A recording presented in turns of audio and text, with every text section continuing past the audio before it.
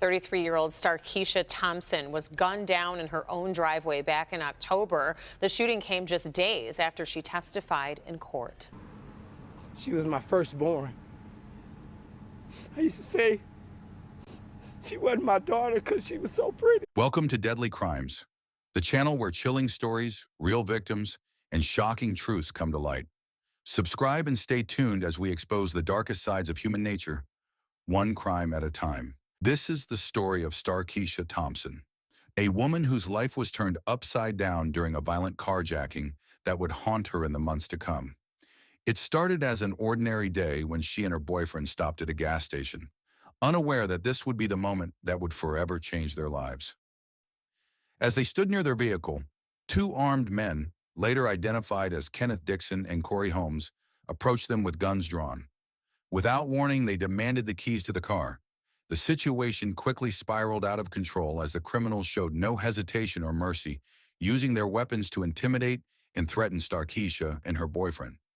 Terrified for their lives, they had no choice but to hand over the keys and allow the carjackers to drive away with their vehicle. The carjacking on that fateful September day was a turning point in Starkeisha Thompson's life, one that transformed her from an ordinary mother doing her best to care for her children into someone constantly looking over her shoulder, forever changed by the trauma of the attack. Prior to the incident, Starkeisha, a 33-year-old woman from Detroit, was a mother of two, living in a neighborhood that, like many others, had its share of struggles. Despite these challenges, she was known for her resilience, strength, and unwavering determination to protect and provide for her family. She was the kind of person who would go out of her way to help others, always putting family first and doing her best to build a better life for her children. After the carjacking, law enforcement approached Starkeisha, asking her to testify in the trial of Dixon, one of the men who had carjacked her. They explained that her testimony would help secure a conviction, but Starkeisha refused. She feared for her safety and the safety of her family, knowing how dangerous these men were. They had threatened her with a gun during the carjacking, and their violent nature was clear.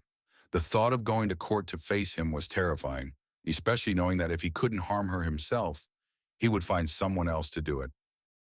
Despite her fears, law enforcement pressured Starkeisha, encouraging her to testify for the sake of justice. They assured her that her cooperation was crucial to prevent Dixon from hurting others. The authorities insisted that she had a duty to stand up and do what was right. Though she was terrified, Starkeisha ultimately made the difficult decision to testify. She agreed to face Dixon in court, not just for her own sense of justice, but for the safety of others who could fall victim to his violence in the future. As the trial date approached, Starkeisha couldn't shake the feeling that something terrible was going to happen.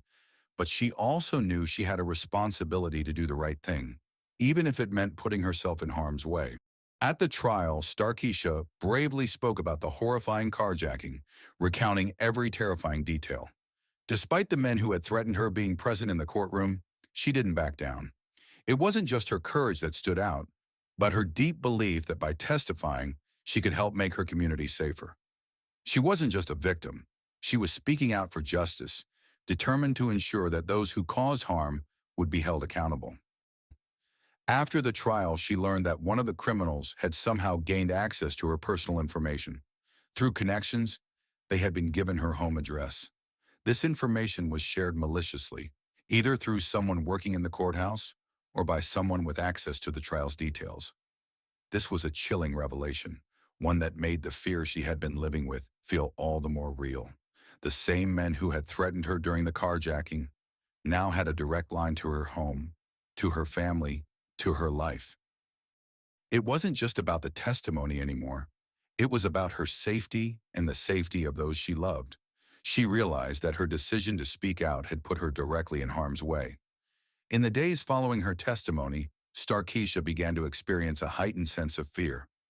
The men who had carjacked her were violent individuals who had no intention of letting a victim's cooperation with law enforcement go unpunished. The stress of knowing that they now knew her address and could potentially come after her was unbearable.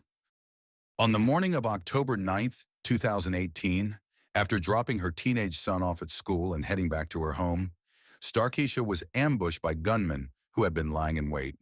They opened fire on her in her own driveway, shooting her 12 times in a ruthless, cold-blooded act of retaliation. We're going to begin with a woman shot dead in a driveway. Her family says they know exactly why it happened. We'll start there today at 5. The family of Starkeisha Thompson is outraged and angry tonight after the 33-year-old was found dead this morning on Detroit's east side. Making matters worse, her father collapsed at the scene while he was talking to police. Coco McAvoy spoke to him and finds out why he believes police in Harper Woods are to blame. Starkeisha Thompson was found shot and killed in her own driveway on Detroit's east side.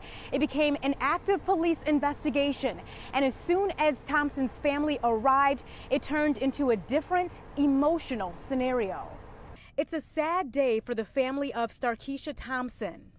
I'm not doing good. Not at all. She was my firstborn. I used to say she wasn't my daughter because she was so pretty. Starkeisha was shot and killed in her driveway after dropping her son off at school this morning. In the midst of the investigation into Starkeisha Thompson's murder, officers had another emergency on their hands. Starkeisha's father, Curtis Thompson, couldn't bear the news and collapsed to the ground. Here they are right here. They're coming. Curtis regained consciousness, but the reality immediately sunk back in. Starkeisha was the victim in a carjacking and had just testified in the case. She didn't want to testify because these guys was violent. They carjacked her with a gun. He says she felt pressured. If Harper Woods do their own homework and stop asking residents to put their life at risk, my daughter will be here. The family is angry and sad after such a devastating day, but hope whoever killed Starkeisha Thompson will be brought to justice. And the Detroit Police Department did confirm that Starkeisha did just testify in a carjacking case, and they're using that information to determine whether or not this is connected to her murder. The murder was an undeniable message to anyone who might consider cooperating with law enforcement. Standing up against violent criminals had deadly consequences. But for Starkeisha, who had done the right thing, this was a horrific and unjust end. It was a devastating betrayal by those who would stop at nothing to preserve their criminal activities. Her family, especially her father, Curtis, were left devastated and angry. Curtis firmly believed that his daughter's death was directly tied to her courageous decision to testify. He was left heartbroken by the senselessness of her murder, and the pain of losing her to such a brutal act of revenge weighed heavily on him. The loss was made even worse by the knowledge that authorities could have done more to protect her. 3 individuals have been arrested in connection with the murder of Starkeisha. Authorities believe that her murder was an act of retaliation for her testimony in a carjacking case.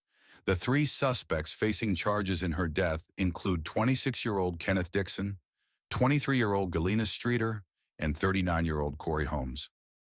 Dixon and Holmes were reportedly acquainted from their time in prison, with Dixon meeting Holmes while incarcerated.